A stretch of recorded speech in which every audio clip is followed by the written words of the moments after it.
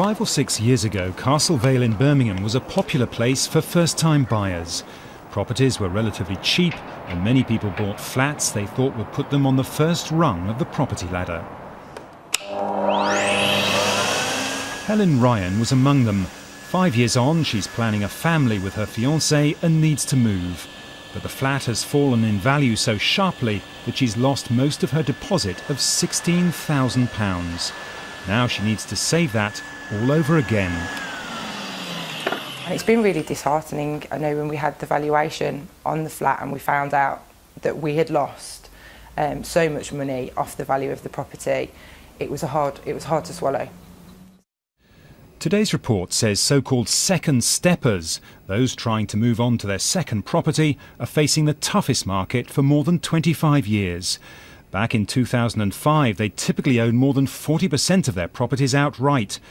In 2012, the average equity they hold is down to little more than 5%, wiping out their savings. I think people will be shocked when they, approach their mortgage lender and ask, about taking on a bigger mortgage to move to a bigger house and find actually the value of their property has fallen so much that they have very little equity in their homes and it might be impossible for them to move on.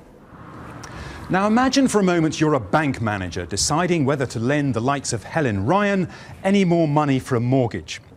Back in 2007, that wouldn't have been a problem. House prices were rising, banks would easily have got their money back.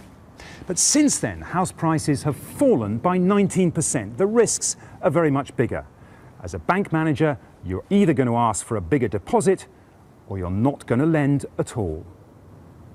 Now banks, to get the best rates, are often looking at 40% deposit or a minimum of 10%. So very difficult, with no price growth in a lot of areas over the last 5 years, for people to actually look to trade up. That leaves millions only able to dream about moving house, with the most pessimistic experts expecting a further drop in house prices this year and next. Their predicaments are unlikely to improve. Brian Milligan, BBC News, Birmingham.